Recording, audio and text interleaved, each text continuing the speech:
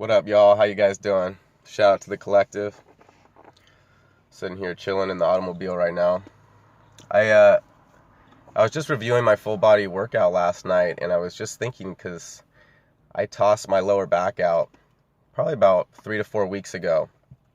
My lower left, it's quite possibly a herniated disc.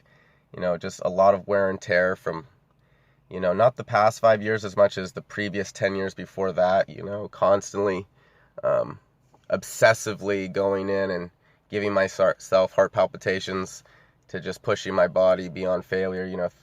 3 plate squats twice a week, deadlift, I remember doing Smith machine, calf raises with 4 to 5 plates each week. Just not applicable stuff.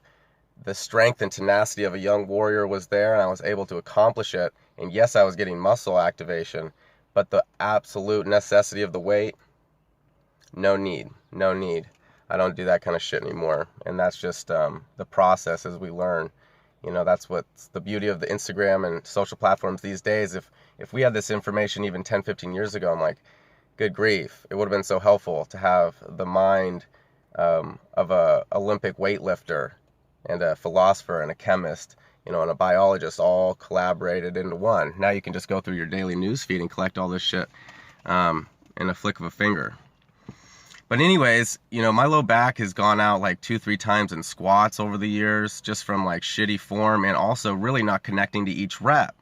That's what it really is. In some way, in the wavelength of the range of motion, we find weak points in our personal, individualized biomechanics. So what we have to do is, first of all, be accountable for the style of body we have, right?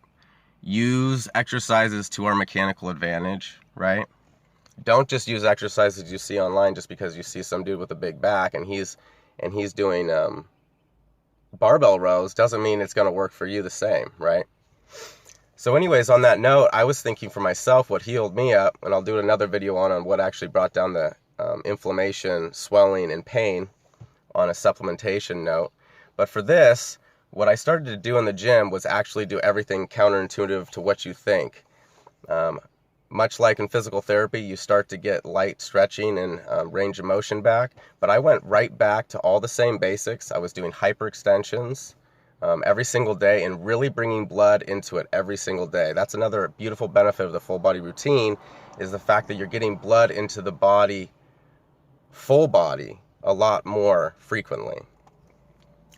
And the exercises that I was doing the other day and have been retraining was, I did all in one day, rack pulls, bent over, reverse grip, barbell rows.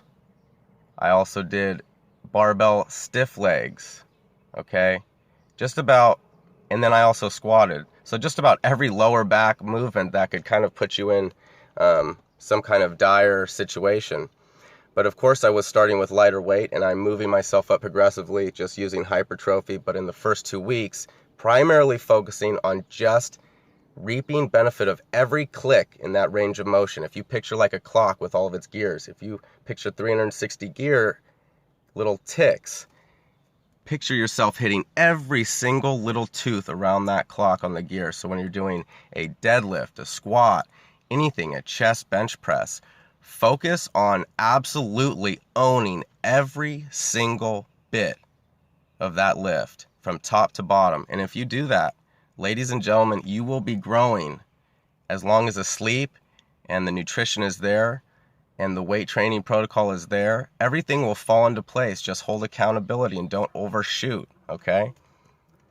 And learn to master the deloading protocol, okay? That has been something I fall short of, and most men in general do, because we let the ego get in mind and we overshoot ourselves, and then we end up acting outside of ourselves in some way. And then for me, I know it somehow personally translates to you even get more frustrated and less able to adapt to stress outside of the gym, because we create stress in the gym, okay? And inflammation and heat creates even more stress, okay? These are things we all need to note.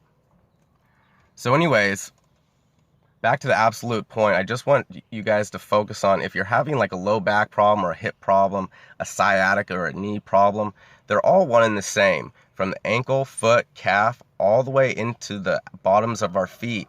You know, going back to reflexology, we can see that everything is connected, right? So if your neck is hurting and your shoulder is hurting, or your bicep is, they're all connected.